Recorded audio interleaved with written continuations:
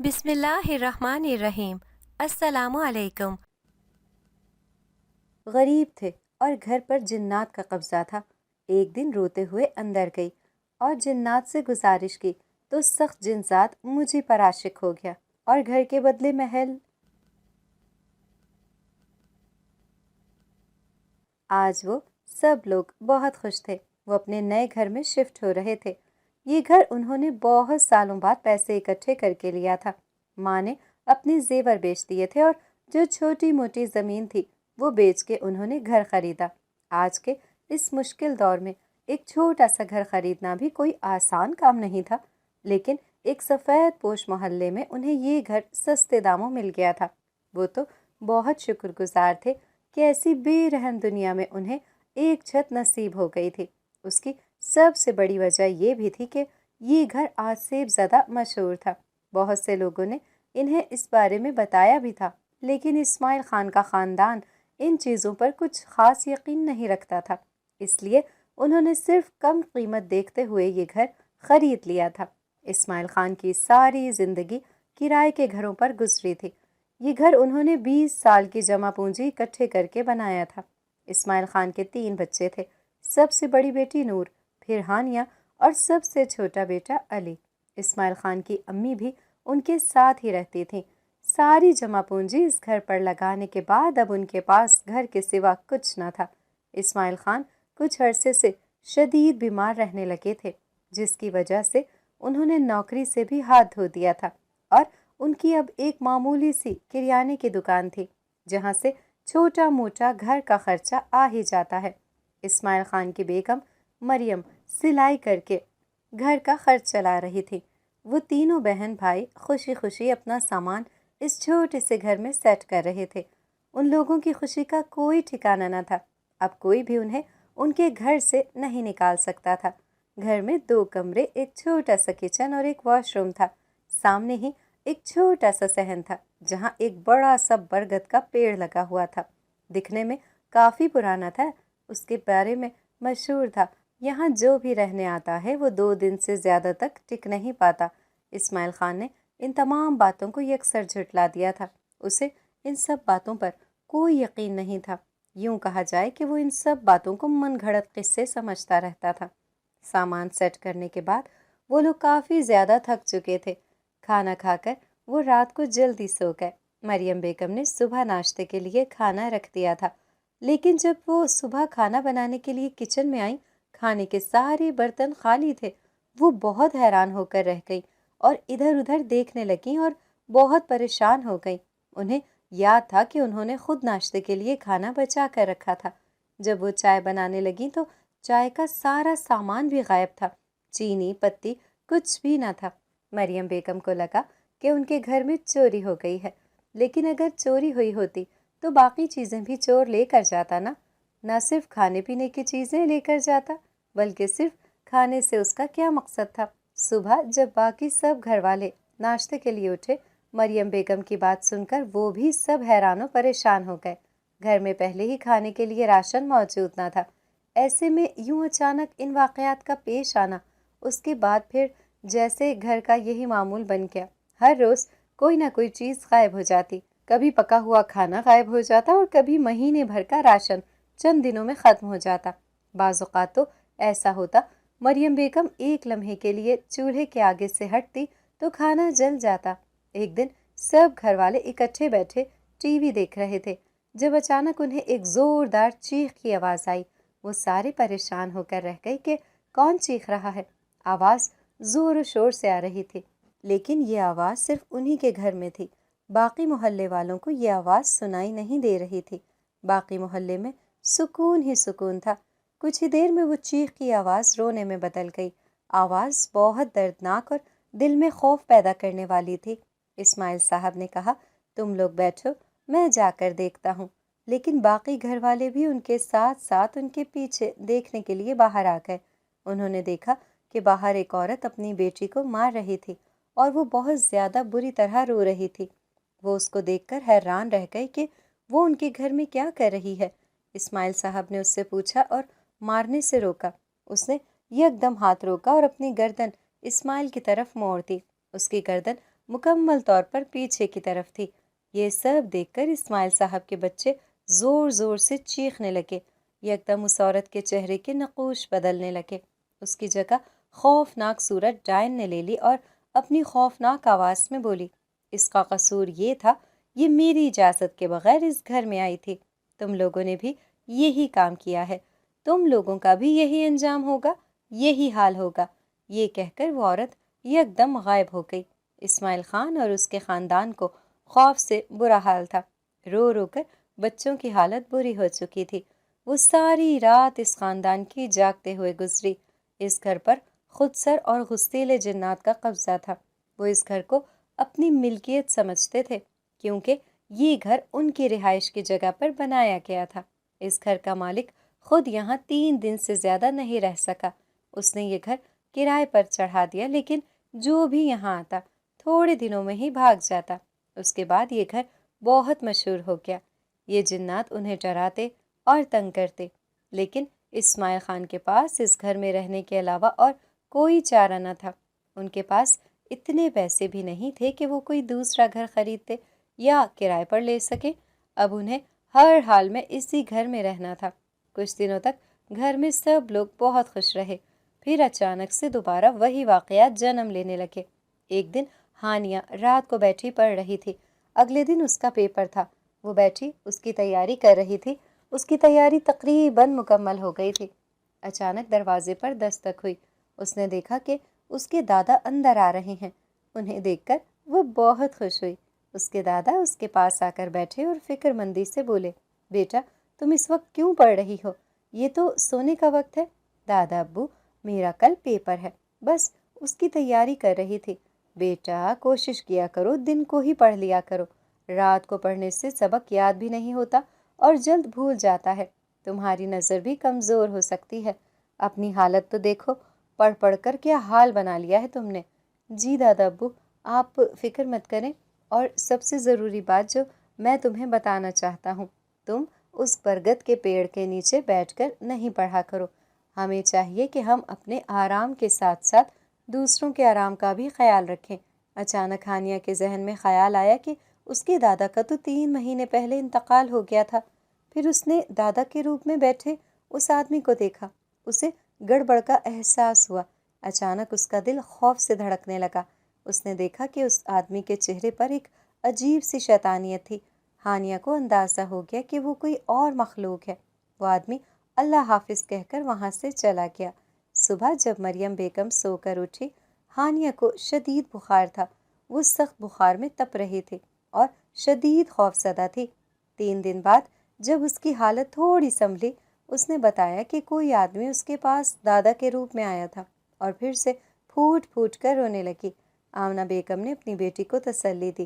اب حالات بگڑتے جا رہے تھے، سب کچھ ان کے قابو سے باہر ہو رہا تھا۔ سب سے زیادہ حیرت انگیز بات یہ تھی کہ محلے والوں کو اس بارے میں کوئی علم ہوتا کہ اس گھر میں کیا چل رہا ہے، انہیں سب کچھ پرسکون اور نارمل نظر آتا۔ اسماعیل خان نے بھی کبھی انہیں کچھ نہ بتایا کہ کہیں وہ ان کا مذاق نہ بنائیں۔ ہم نے تو تم لوگوں کو پہلے ہی سمجھایا تھا۔ دن یوں ہی گزرتے جا رہے تھے۔ ایک دن ہانیہ اپنے بھائی کے ساتھ کمرے میں سو رہی تھی۔ اچانک اس کے بھائی کی آنکھ کھل گئی۔ اس نے دیکھا دروازے پر 4 چھوٹے بچے کھڑے اسے بلا رہے ہیں۔ وہ خود بھی کم عمر تھا، فوراً ان کے ساتھ کھیلنے کے لیے چلا گیا۔ وہ بچے دراصل جنات کے بچے تھے۔ انہیں یہ انسانی بچہ بہت پسند آیا۔ تھوڑی دیر بعد جب ہانیہ کی آنکھ کھلی، اس نے دیکھا اس کا بھائی اس کے پہلو میں نہیں تھا۔ وہ بہت پریشان ہو گئی۔ وہ اپنے بھائی کو ڈھونڈتی ہوئی باہر آئی، لیکن وہ اسے کہیں نہ ملا۔ تمام گھر والے جاگ گئے اور علی کو ڈھونڈنے لگے۔ اسماعیل صاحب نے کہا، تم نے چھت پر جا کر دیکھا تھا؟ ہانیہ نے کہا، میں نے دیکھا تھا، لیکن وہاں پر کوئی نہیں تھا۔ تھوڑی دیر میں چھت سے بچوں کے ہنسنے نکلنے کی آوازیں آنے لگیں، جیسے بہت سارے بچے آپس میں کھیل رہے ہوں۔ اسماعیل کو شک ہو گیا کہ ان کا بیٹا ضرور جنات کے بچوں کے ساتھ کھیل رہا ہوگا۔ بالکل ایسا ہی ہوا۔ اسماعیل صاحب جیسے ہی چھت پر گئے، انہوں نے دیکھا کہ ان کا بیٹا بہت سارے دوسرے لڑکوں کے ساتھ کھیل رہا تھا۔ ان لڑکوں نے جیسے اسماعیل کو دیکھا، وہ فوراً وہاں سے غائب ہو گئے۔ علی نے جب دیکھا وہ اچانک غائب ہو گئے ہیں، وہ خوف زدہ ہو گیا اور خوف سے رونے لگا۔ اسماعیل صاحب اپنے بیٹے کو اٹھا کر نیچے لائے اور ایسے کسی کے ساتھ بھی کھیلنے سے منع کیا۔ علی کو 2 ہفتے بخار رہا۔ اس کا بخار ختم ہونے کا نام نہیں لے رہا تھا۔ گھر والے اس کے لیے بہت پریشان تھے۔ مریم بیگم کا رو رو کر برا حال تھا۔ گھر میں ہر طرف پریشانی کا ماحول بنا ہوا تھا۔ دوسری طرف جنات کسی نہ کسی گھر والے کی شکل میں آ کر دوسرے گھر والوں کو غلط پیغام پہنچاتے۔ ایک دن دادی اچانک گھر سے چلی گئیں۔ سب گھر والے پریشان تھے۔ تھوڑی دیر بعد ان کے ایک رشتہ دار کی کال آئی کہ یہ ہمارے گھر ہیں۔ اسماعیل خان انہیں اپنے ساتھ لے کر آئے اور یوں اچانک چلے جانے کی وجہ پوچھی تو دادی نے اسے بتایا کہ فرمان خود اس کے پاس اسے لینے کے لیے آیا تھا، لیکن گھر کے پاس پہنچ کر اس نے مجھ سے کہا مجھے ایک ضروری کام سے جانا ہے، آپ اندر چلی جائیں۔ جب میں اندر گئی میری حیرت کی انتہا نہ رہی۔ فرمان وہیں اندر تھا تو مجھے اندازہ ہو گیا کہ یہ اسی جنات کا کام ہے۔ حالات بہت بگڑتے جا رہے تھے، لیکن یہ گھر چھوڑنا بھی ان کے لیے ممکن نہ تھا۔ وہ حد سے زیادہ غریب ہو چکے تھے۔ ایک دن اسماعیل خان کی بہن ان سے ملنے کے لیے آئی۔ وہ کافی عرصے بعد اپنے بھائی سے ملنے کے لیے آئی تھی۔ وہ یہاں آ کر کافی دیر ان سے بیٹھی باتیں کرتی رہی۔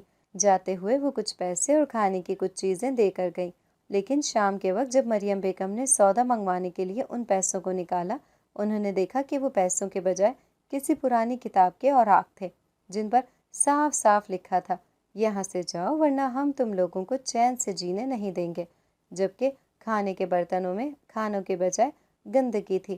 مریم کو اندازہ ہو گیا کہ یہ اسی جنات کا کام ہے۔ انہوں نے اپنے سر کو اپنے ہاتھوں میں گرا دیا۔ وہ اس سب سے بہت زیادہ تنگ آ چکی تھیں۔ ان کا بس نہیں چل رہا تھا وہ یہاں سے کہیں دور چلی جائیں۔ وہ اپنے بچوں کو پریشان دیکھ کر کیسے مطمئن رہ سکتی تھیں؟ مردہ لوگوں کو وہ لوگ اپنے گھروں میں چلتا پھرتا دیکھ رہے تھے۔ ایک دن مریم بیگم اپنی ساس کے ساتھ صحن میں بیٹھی تھی۔ ان کی ساس کو بھولنے کی بیماری تھی۔ اچانک دروازے پر دستک ہوئی۔ دروازہ کھلا ہی تھا۔ مرحومہ زرینہ بیگم دروازہ کھول کر اندر داخل ہوئیں۔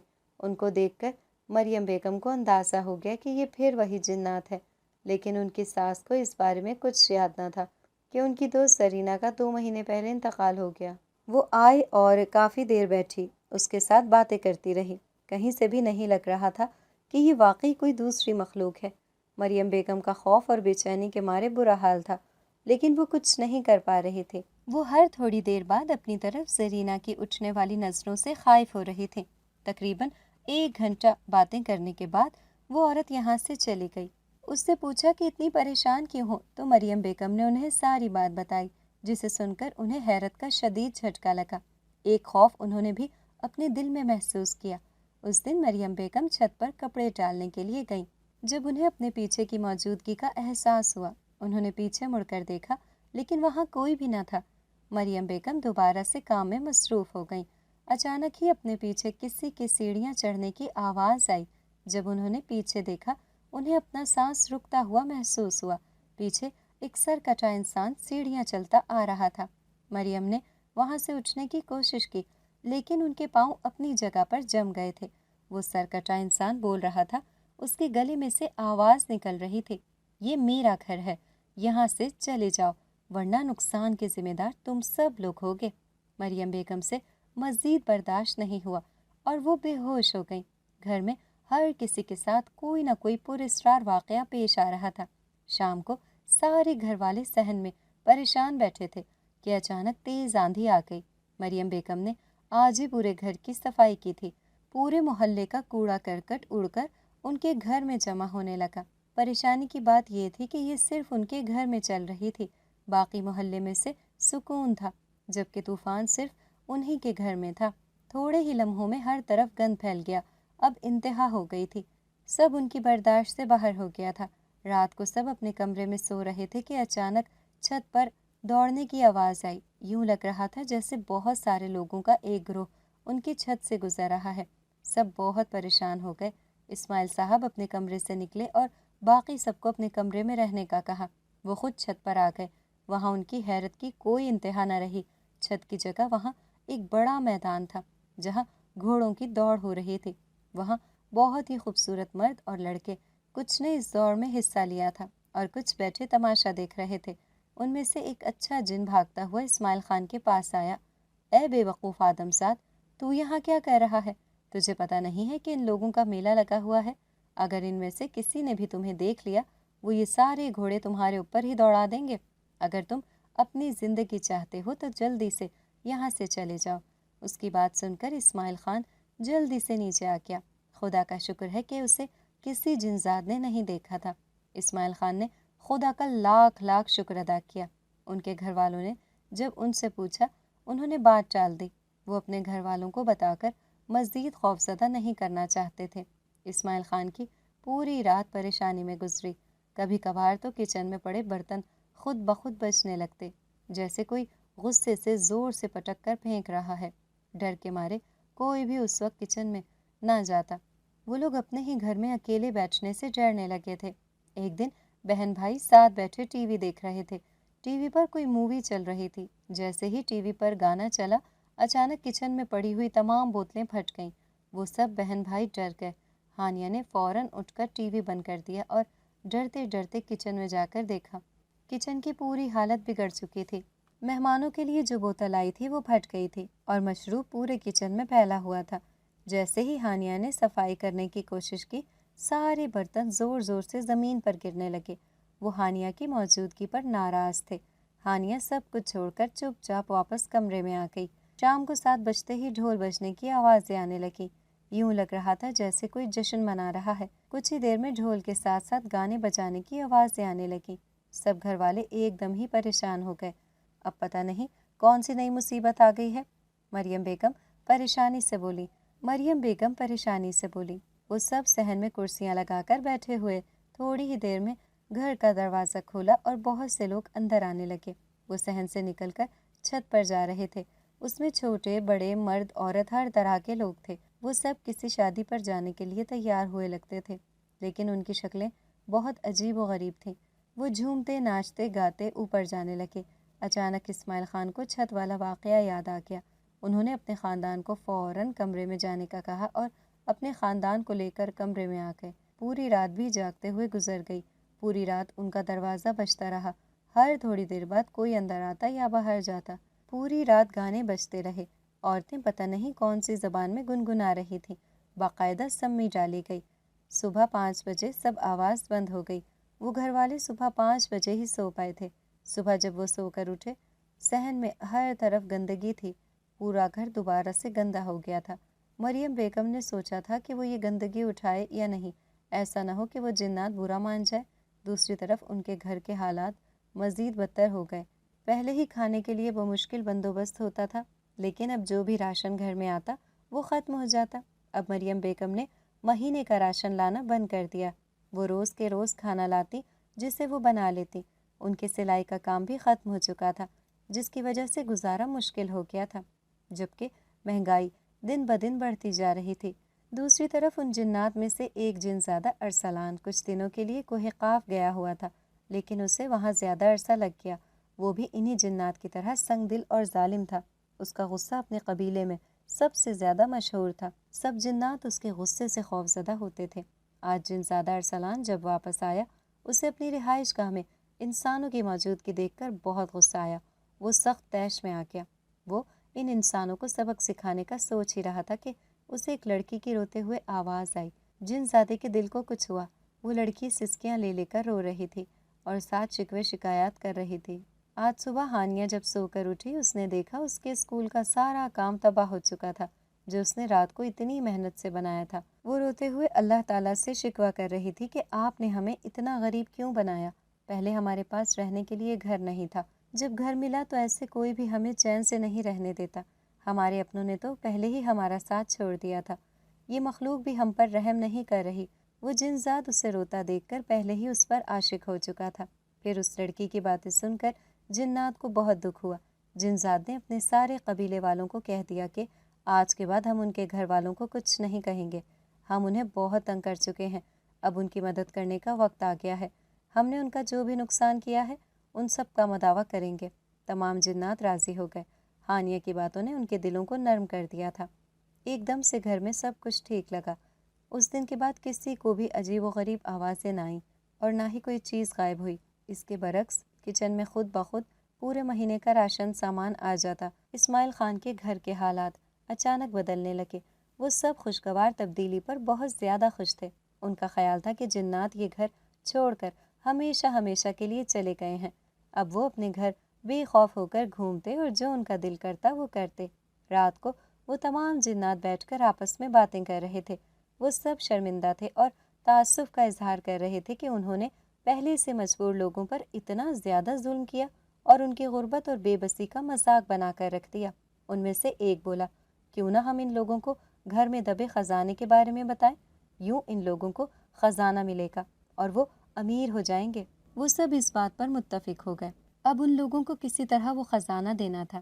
مسئلہ یہ تھا کہ وہ جنات ان لوگوں کے سامنے نہیں آ سکتے تھے، ان لوگوں کے روبرو آنے کی انہیں اجازت نہیں تھی۔ یہ گھر آج سے کئی سال پہلے انتہا پسندوں کے قبضے میں تھا اور اس میں ایک جگہ پر خزانہ دفن تھا، اور اس خزانے کے بارے میں صرف یہ جنات ہی جانتے تھے، کیونکہ یہ بھی قدیم زمانے سے یہاں پر رہ رہے تھے۔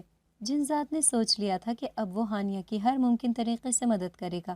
جس چیز کے بارے میں بھی ہانیہ خواہش کرے گی وہ چیز اگر اس کے اختیار میں ہوئی تو ہانیہ کو ضرور لا کر دے گا، اور اس نے اپنی اس بات پر ابھی سے عمل درآمد شروع کر دیا تھا۔ ہانیہ کا دل کر رہا تھا کہ اسے ایک بہت اچھی جاب مل جائے جس کی تنخواہ بھی بہت زیادہ ہو اور جو سہولتیں بھی اس کو میسر کرے۔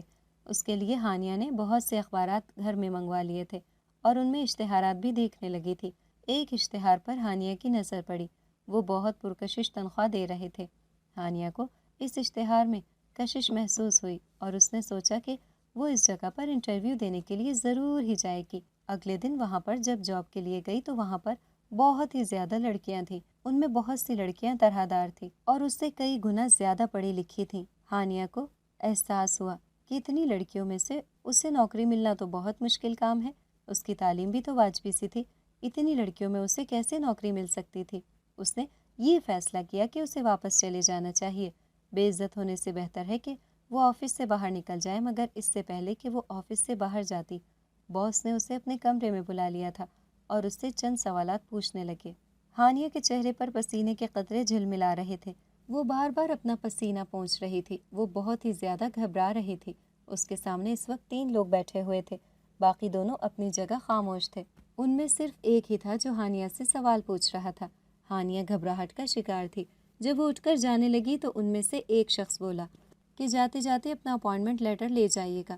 اس بات پر یقین نہیں آیا تھا کہ اس نے حیرت سے مڑ کر اس کی جانب دیکھا۔ وہ اس کی حیران صورت دیکھ کر مسکرا دیا تھا اور سر ہلا کر جیسے خود ہی اپنی بات کی تائید کی۔ اس نے کال کر کے اپنی سیکرٹری کو کہا کہ مس ہانیہ کو اپائنٹمنٹ لیٹر دے دیجیے، میں نے انہیں نوکری پر رکھ لیا ہے، اور باقی لوگوں کو واپس بھجوا دیجیے، ان کا انٹرویو لینے کا کوئی فائدہ نہیں ہے۔ ہانیہ کو گھر آنے کے بعد بھی یقین نہیں آ رہا تھا کہ اس کو نوکری مل گئی ہے۔ وہ بہت ہی زیادہ خوش تھی اور اس کے لیے حیرانگی کی بات یہ تھی کہ اس کے تمام روکے ہوئے کام مکمل ہونے لگے تھے۔ وہ جس چیز کا ارادہ کرتی تھی وہ کام مکمل ہو جاتا تھا۔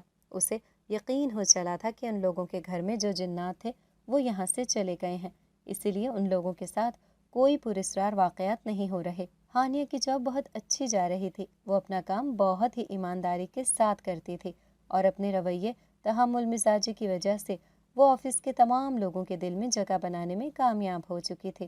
وہ اپنا کام بہت ایمانداری اور محنت کے ساتھ کرتی تھی۔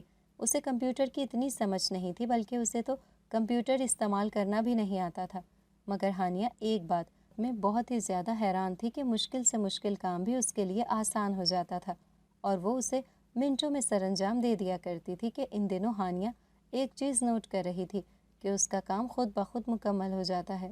اس کی ٹیبل پر فائلوں کا ڈھیر پڑا ہوا ہوتا ہے، وہ اب بھی ایک فائل کا کام مکمل کر رہی ہوتی ہے کہ باقی کا کام خود بخود مکمل ہو جاتا تھا۔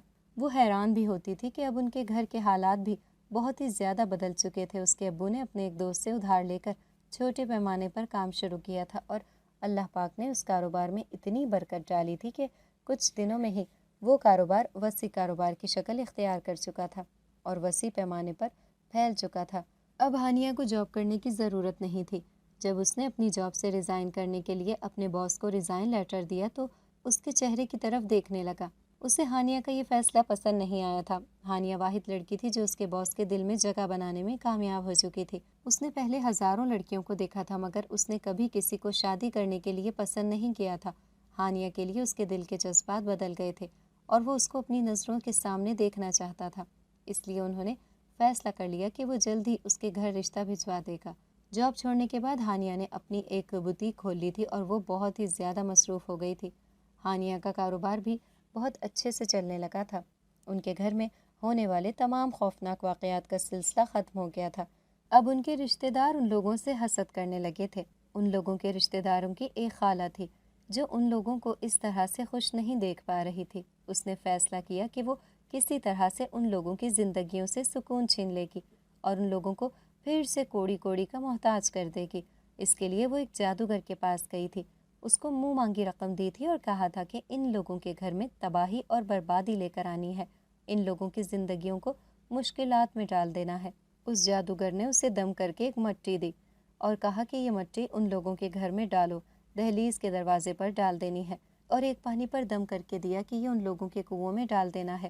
اس کا پانی پی لیں گے تو وہ بیماری اور تکلیفوں میں مبتلا ہو جائیں گے، اور جب وہ اس دہلیز سے گزر کر جائیں گے تو ان کے گھر سے دولت اور پیسہ بھی رخصت ہو جائے گا۔ وہ عورت کے گھر میں ایک دن رہنے کے لیے آئی تھی۔ اس کا مقصد چونکہ بتایا تھا، اس لیے گھر میں رہنے والے جنات کو اس کے بارے میں تمام معلومات مل چکی تھی، اس لیے انہوں نے سوچا کہ وہ اس عورت کو ضرور سبق سکھائیں گے تاکہ وہ اس غلط کام سے باز آ جائے۔ آدھی رات کا وقت تھا جب اس عورت نے دیکھا کہ سب لوگ سو رہے ہوں گے۔ وہ اپنی جگہ سے اٹھی اور اس نے اپنی دونوں مطلوبہ چیزیں بھی اٹھائیں۔ سب سے پہلے اس نے دہلیز کے پاس مٹی ڈالنے کی کوشش کی۔ جو ہی اس نے شاپر زمین پر الٹا کیا تو وہاں پر ایک دم سے اس کے ہاتھ سے کسی نے شاپر کھینچ لیا۔ وہ ہکی بکی ہو کر ادھر ادھر دیکھنے لگی، میرے علاوہ یہاں پر کوئی بھی نہیں ہے، پھر میرے ہاتھ سے شاپر کس نے لیا ہے؟ ابھی وہ یہ سوچ ہی رہی تھی کہ اس کے منہ پر کسی نے تھپڑ مارنے شروع کر دیے تھے۔ وہ خوف زدہ ہو گئی تھی۔ وہ رونے لگی اور نادیدہ مخلوق سے معافی مانگنے لگی، مجھے معاف کر دو، مجھ سے غلطی ہو گئی ہے۔ پھر اسے وہ نادیدہ آواز سنائی دینے لگی، آج کے بعد تم یہ کام کرو گی؟ وہ عورت کہنے لگی، نہیں، میں آج کے بعد ایسا کوئی بھی کام نہیں کروں گی۔ اور پھر اگلے ہی دن وہ وہاں سے بھاگ کھڑی ہوئی تھی۔ اس نے اس واقعے کا ذکر کسی سے بھی نہیں کیا تھا۔ ہانیہ رات کو سو رہی تھی جب اس نے خواب میں دیکھا کہ اس کے گھر کی پچھلی سائڈ پر جو کنواں ہے، یہ کنواں سوکھ چکا تھا۔ اس کنویں میں بالکل بھی پانی نہیں تھا۔ ہانیہ نے خواب دیکھا کہ اس کنویں میں جو سیڑھیاں لگی ہوئی ہیں، ہانیہ وہ سیڑھیاں اتر کر نیچے جاتی ہے تو وہاں پر ایک زمین کھودنے والی کدال پڑی ہوئی ہوتی ہے، یعنی اس کنویں کی کھدائی کرنے لگتی ہے، اور اس کے سامنے ایک بہت بڑا بکسا آتا ہے۔ جب اس بکسے کو کھولتی ہے تو اس میں بہت سے ہیرے جواہرات اور زیورات پڑے ہوتے ہیں، جن کو دیکھ کر ہانیہ کی آنکھیں چکا چاند ہو جاتی ہیں۔ اس کے بعد وہاں ہانیہ کی آنکھ کھل جاتی ہے، مگر کتنی دیر تک وہ خواب کے زیر اثر رہتی ہے۔ پھر اکثر ہی ہانیہ کو یہی خواب دکھائی دینے لگتا ہے۔ جب سے 4 سے 5 بار ہوئے اپنے آپ کو دیکھتی ہے تو وہ اس بارے میں سوچنے پر مجبور ہو جاتی ہے۔ پھر ایک دن وہ فیصلہ کرتی ہے کہ وہ اپنے خواب کا کسی سے ذکر کرے گی اور اس کی تعبیر پوچھے گی۔ اگلے دن امام مسجد ہانیہ لوگوں کے گھر میں کسی کام سے آتے ہیں۔ ان کے پاس روحانی علم ہوتا ہے اور یہ اکثر خوابوں کی تعبیر بھی بتاتے ہیں۔ ہانیہ سوچتی ہے وہ ان سے اپنے خواب کا ذکر کرے۔ جو ہی وہ اسے اپنے خواب کا ذکر کرنے لگتی ہے، اس کے ہونٹ آپس میں مل جاتے ہیں، مگر ہانیہ کو اس بات کے بارے میں کچھ سمجھ نہیں آتا۔ وہ جتنا سوچتی ہے اتنا ہی الجھتی جاتی ہے۔ اس کے بعد بھی ہانیہ کو اکثر یہی خواب آتا ہے کہ وہ کنویں میں سے زیورات نکال رہی ہے، مگر ہانیہ کو سمجھ نہیں آتی کہ وہ اس خواب کا کیا مطلب لے اور وہ اس خواب کا ذکر کس کے ساتھ کرے۔ اس دن رات کو وہ سو رہی ہوتی ہے جب آدھی رات کے وقت سے ایسا لگتا ہے جیسے کوئی اسے بلا رہا ہو۔ وہ جب آنکھیں کھول کر دیکھتی ہے تو اس کے سامنے ایک بہت ہی حسین و جمیل نوجوان کھڑا ہوتا ہے۔ وہ اسے دیکھ کر بوکھلا جاتی ہے اور ایک دم سے ڈر جاتی ہے۔ وہ اس سے پوچھتی ہے کہ وہ کون ہے اور اس کے کمرے میں کیا کر رہا ہے۔ وہ کہتا ہے کہ میں ایک جنزاد ہوں اور میرا نام ارسلان ہے، میں تمہاری مدد کرنے کے لیے آیا ہوں۔ میں تمہارا دشمن نہیں ہوں بلکہ میں تمہارا ہمدرد ہوں۔ اس کی بات سن کر ہانیہ کو تسلی ہو جاتی ہے اور وہ اس سے پوچھتی ہے کہ وہ کیا اسی گھر میں رہتا ہے۔ ارسلان اسے کہتا ہے کہ صدیوں سالوں سے ہمارے آبا و اجداد، ہمارا قبیلہ یہاں پر رہا ہے، میں بھی کئی برسوں سے یہاں پر رہ رہا ہوں اور میں نے بہت سے رنگ دیکھے ہیں۔ اس جگہ پر تم لوگوں سے پہلے ہندو رہتے تھے اور وہ جب یہاں سے جانے لگے تھے تو انہوں نے اپنی تمام دولت اور زیورات ایک باکس میں بند کر کے پرانے کنویں میں دفن کر دیے تھے۔ برسوں برس سے لوگ یہاں پر رہ رہے ہیں مگر کوئی بھی آج تک اس دولت تک نہیں پہنچ سکا، کیونکہ وہ عام نظر سے پوشیدہ ہے، کوئی بھی اس دولت کو نہیں دیکھ سکتا۔ وہ دولت صرف ان لوگوں تک ہی دی جا سکتی ہے جو اس کے حقدار ہیں، اور تم لوگ اس دولت کے حقدار ہو، اس لیے میں چاہتا ہوں کہ تم وہ تمام خزانہ حاصل کر لو۔ میں نے تمہیں خواب کے ذریعے بہت بار اس خزانے کے بارے میں بتایا، اس کا راستہ دکھایا، مگر تمہیں میری بات سمجھ ہی نہیں آئی۔ ایک بار تم اس خزانے کے بارے میں اس مولوی کو بتانے والی تھی، اگر تم اس کو اپنے خواب کے بارے میں بتا دیتی تو جان جاتا کہ وہاں پر خزانہ دفن ہے اور وہاں سے حاصل کرنے کی کوشش بھی کرتا۔ اس لیے میں نے اس وقت تمہاری زبان بندی کر دی تاکہ تم اس خزانے کے بارے میں اس مولوی سے بات نہ کر سکو۔ اس جنزاد نے مزید ہانیہ کو کہا کہ تم اپنے والد صاحب کو لے کر اس کنویں میں اترو اور ان سے اس کی کھدائی کرواؤ تو وہ دولت تم لوگوں کو مل جائے گی، مگر یہ بات یاد رکھنا وہ تم لوگوں نے ضرورت مندوں پر خرچ کرنی ہے اور لوگوں کی مدد کرنے کے لیے بھی اس کا استعمال کر سکتے ہو۔ کسی غلط مقصد یا غلط کام میں اگر تم لوگ اس دولت کو استعمال کرو گے تو اس میں تم لوگوں کا ہی نقصان ہوگا۔ ہانیہ نے اس کی تمام باتوں کو غور سے سنا تھا، اس کو یقین آ گیا تھا کہ یہ جن زیادہ سچ کہہ رہا ہے۔ اس نے ابو کو خزانے والی بات گول کر کے صرف اپنے خواب کے بارے میں کہا اور انہیں بتا رہی تھی کہ میرا دل کہتا ہے کہ میرا یہ خواب سچا ہے اور واقعی اس کنویں میں خزانہ ہے، ہمیں ایک بار دیکھ لینا چاہیے، ہو سکتا ہے کہ ہمیں وہ خزانہ مل جائے۔ اس کے ابو نے بھی اس کی بات کی تائید کی اور پھر وہ دونوں اس کنویں میں اتر گئے۔ اس کے ابو کا کہنا تھا کہ میں بچپن سے ہی سنتا آ رہا ہوں کہ ایسے خزانوں پر ناگ بیٹھے ہوئے ہوتے ہیں، یعنی ان کی بات سن کر میں سوچ میں پڑ گئی اور کہنے لگی کہ مجھے خواب میں کسی کے بارے میں معلوم نہیں ہوا تھا، میں نے صرف وہ خزانہ دیکھا تھا اور میں اس کا ڈھکن کھولتی ہوں تو اس میں بہت سارے زیورات ہوتے ہیں۔ پھر اس کے ابو کھدائی کرنے لگتے ہیں۔ کافی دیر کھدائی کے بعد ان کی کدال ایک سخت چیز سے ٹکرا گئی تھی اور پھر انہوں نے تیزی سے مٹی ہٹائی تو وہ ایک بہت بڑا بکسا تھا، اور جب انہوں نے اسے کھولا تو اس میں ہانیہ کے کہے کے مطابق بہت سے زیورات اور ہیرے جواہرات پڑے تھے۔ ان دونوں نے اس باکس کو وہاں سے نکالا اور گھر میں ایک پسندیدہ مقام پر رکھ دیا۔ ان زیورات کے بارے میں صرف گھر والے ہی جانتے تھے، باقی محلے یا خاندان میں سے کسی کے ساتھ بھی انہوں نے ان زیورات کا ذکر نہیں کیا تھا۔ جس دن ہانیہ نے زیورات حاصل کر لیے تھے اس دن اس کے پاس وہ جن زیادہ پھر سے آیا تھا۔ وہ اسے بہت سی نصیحتیں کر رہا تھا۔ اس نے خاص طور پر کہا تھا کہ جب بھی زیورات سے تم کوئی کاروبار شروع کرو گے تو اس کاروبار کی ایک مخصوص رقم تم نے لوگوں کی خدمت پر لگا دینی ہے، بھوکے لوگوں کو کھانا کھلانا ہے اور مجبور لوگوں کا سہارا بننا ہے۔ ہانیہ نے اس سے وعدہ کیا کہ وہ ایسا کرے گی اور پھر ان لوگوں نے اپنے کہے پر عمل کیا تھا۔ اب وہ لوگ یہ گھر چھوڑ کر ایک نئے گھر میں چلے گئے تھے۔ ہانیہ کی مرضی تھی کہ وہ گھر نئے سرے سے تعمیر کروائے گی اور اس کا نقشہ اپنی مرضی سے بنوائے گی، مگر اس کے ابو نے ایک بنا بنایا گھر لے لیا تھا۔ انہیں یہ گھر بہت زیادہ پسند آیا تھا اور وہ چاہتے تھے کہ وہ یہ گھر خرید لیں، اور پھر انہیں بہت آسانی کے ساتھ یہ گھر مل گیا تھا۔ جب وہ لوگ اس گھر میں شفٹ ہوئے تو ان کے ساتھ پھر سے عجیب و غریب واقعات ہونے لگے تھے۔ وہ لوگ اب تو بہت ہی زیادہ ڈرنے لگے تھے۔ ان لوگوں کا نماز پڑھنا، وضو کرنا محال ہو گیا تھا۔ وہ جب بھی نماز پڑھنے کے لیے کھڑے ہوتے تھے تو ان کے کپڑے بہت ہی بدبودار اور گندے ہو جایا کرتے تھے، جن کی وجہ سے انہیں اپنے کپڑے بدلنے پڑتے تھے اور وہ خون کے نشانات اور بدبو کپڑوں سے نہیں جاتی تھی۔ پورا گھر اس وجہ سے بہت ہی زیادہ پریشان تھا۔ سب سے زیادہ پریشان ہانیہ تھی۔ اس کا تو سونا جاگنا ہی محال ہو چکا تھا۔ جیسے ہی اس کی آنکھ لگتی تھی کوئی چیز زور سے چیخیں مارنے لگتی تھی، جس کی وجہ سے ہانیہ کی فوراً سے آنکھ کھل جاتی تھی۔ وہ اپنی بوتیک میں بیٹھی پریشان ہو رہی تھی، اسی بارے میں سوچ رہی تھی جب اس پر وہی جن زیادہ داخل ہوا۔ اس کو دیکھ کر وہ خوش ہو گئی، یہ جن زیادہ اب اس کا مسئلہ حل کر دے گا۔ اس نے اس جن زادے سے اپنا پورا مسئلہ بیان کیا کہ جب سے وہ لوگ نئے گھر میں داخل ہوئے ہیں ان لوگوں کا تو جینا ہی محال ہو چکا ہے۔ وہ لوگ نماز تک اپنی مرضی سے نہیں پڑھ سکتے ہیں، وہ لوگ جو گھر کے باہر نکلتے ہیں تو ان کے کپڑے ناپاک ہو جاتے ہیں، ان کے کپڑوں پر بدبودار مواد پھینک دیا جاتا ہے جس کی وجہ سے وہ نماز نہیں پڑھ سکتے۔ اس جن زادے نے تمام باتیں غور سے سنی اور اس سے کہا کہ اب تم لوگ جس گھر میں گئے ہو اس گھر میں شیطانوں کا راج ہے، وہاں پر شیطانی قوتیں رہتی ہیں، وہ شیطان کی پوجا کرتی ہیں، اسی لیے وہ نہیں چاہتی کہ تم لوگ نیک عمل کرو۔ ہانیہ یہ سن کر پریشان ہو گئی تھی اور وہ اسے پوچھنے لگی کہ اس سے بچنے کے لیے ہمیں کیا کرنا ہوگا۔ اس جن زاد نے کہا کہ پہلے تم لوگوں کو اپنے گھر کی صفائی کرنی ہوگی، پورے گھر کو پانی کے ساتھ دھلائی کرواؤ، پھر قرآن پاک کا ختم کرو، اور پھر اس کے بعد وہ اسے لے کر ایک بزرگ کے پاس گیا۔ وہ بزرگ بہت ہی نیک صورت تھے، وہ شکل سے ہی روحانی اور پہنچی ہوئی شخصیت لگتے تھے۔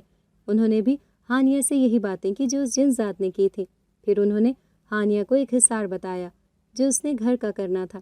پھر انہوں نے اور اس کے تمام گھر والوں کو پڑھنے کے لیے کچھ وظائف دیے جن کو پڑھنے سے اور جن پر عمل کرنے سے وہ لوگ ان شیطانی طاقتوں سے پیچھا چھڑا سکتے تھے اور وہ شیطانی قوتیں ہمیشہ ہمیشہ کے لیے اس گھر سے دور جا سکتی تھیں۔ ہانیہ نے ان کی تمام ہدایات کو غور سے سنا تھا اور گھر آتے ساتھ ہی اس نے عمل کیا تھا۔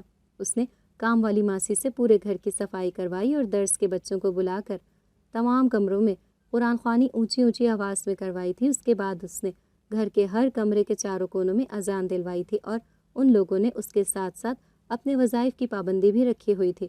وہ تمام لوگ ہی وقت کی پابندی کے ساتھ نماز پڑھتے تھے اور وظائف کرتے تھے۔ رفتہ رفتہ ان کی ان تمام شیطانی طاقتوں سے جان چھوٹ گئی تھی اور وہ شیطانی طاقتیں اس گھر سے ہمیشہ ہمیشہ کے لیے دور ہو گئی تھی۔ ان کا گھر خوشحال گھرانوں میں شامل ہونے لگا تھا اور ان کا شمار رئیس لوگوں میں ہونے لگا۔ مگر روپے پیسے نے ان لوگوں کے دماغ کو خراب نہیں کیا تھا، بلکہ ان میں عاجزی اور انکساری پیدا کی تھی۔ وہ غریب لوگوں کا خیال رکھتے تھے، ان کی مدد کرتے تھے۔ کوئی بھی سوالی ان کے گھر سے خالی ہاتھ نہیں جاتا تھا۔ یہ اس دن کا ذکر ہے جب ہانیہ اپنے گھر میں بیٹھی ہوئی تھی۔ وہ اس دن لوگوں سے مسئلے مسائل سنتی تھی اور جو بھی اس کے پاس آتا تھا وہ اسے خالی ہاتھ واپس جانے نہیں دیتی تھی۔ اس کے پاس ایک بوڑھی عورت آئی، اس نے ہانیہ سے مدد کا سوال کیا۔ ہانیہ نے اس کی مدد کی۔ وہ تھوڑی دیر کے بعد پھر سے آ گئی۔ ہانیہ نے اس کی پھر سے مدد کی۔ کچھ ہی دیر گزری تھی کہ وہ ہانیہ کے پاس پھر سے ایک نیا سوال لے کر آ گئی۔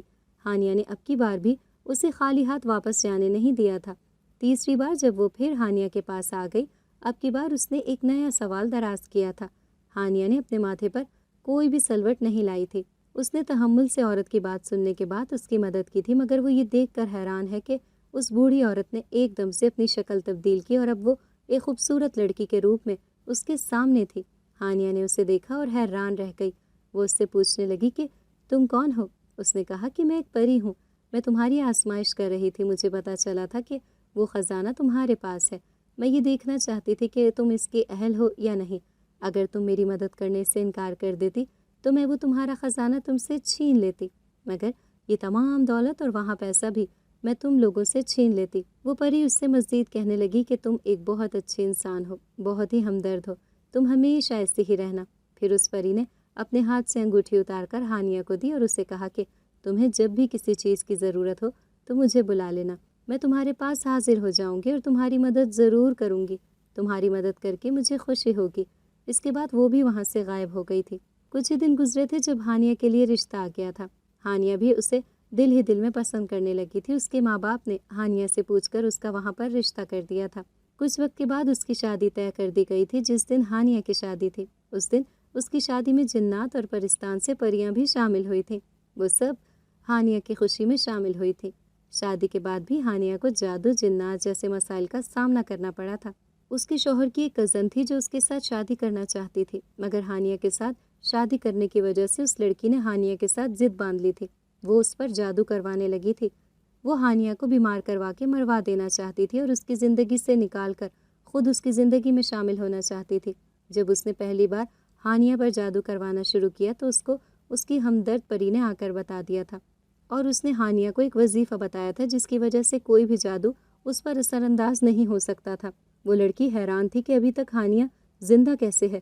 پھر اس نے ہانیہ پر ہانڈی والا عمل کروایا اور ہانیہ کے پاس عمل کی کارڈ تھی۔ جو ہی اس نے اس عمل کی بات کی تو ہانڈی والا عمل واپس اسی لڑکی پر پلٹ گیا اور وہ وہیں پر جاں بحق ہو گئی۔ پورے خاندان میں جواں ماتم کی وجہ سے سب لوگ افسوس منا رہے تھے۔ وہ اس کی اس قدر دردناک موت کا انجام جاننا چاہ رہے تھے، مگر کسی کو بھی سمجھ نہیں آ رہا تھا کہ اس کی اس قدر دردناک موت کیوں کر واقع ہوئی تھی۔ یہ وہ راز تھا جو راز صرف ہانیہ جانتی تھی۔ اس کے بعد ہانیہ کے ساتھ کسی نے بھی جادو والا کوئی بھی معاملہ نہیں کیا تھا۔ اس کی زندگی پرسکون انداز میں گزرنے لگی تھی۔ وہ ابھی بھی لوگوں کی مدد کرتی تھی۔ کتنے ہی لوگ اس کے پاس سوالی بن کر آتے تھے اور وہ ان کو خالی ہاتھ واپس نہیں لوٹاتی تھی۔ اگر آپ کو ہماری آج کی کہانی پسند آئی ہے تو اسے لائک کریں، شیئر کریں اور چینل کو سبسکرائب کرنا مت بھولیے گا تاکہ آپ کو ہر نئی آنے والی ویڈیو کا نوٹیفیکیشن بر وقت ملتا رہے۔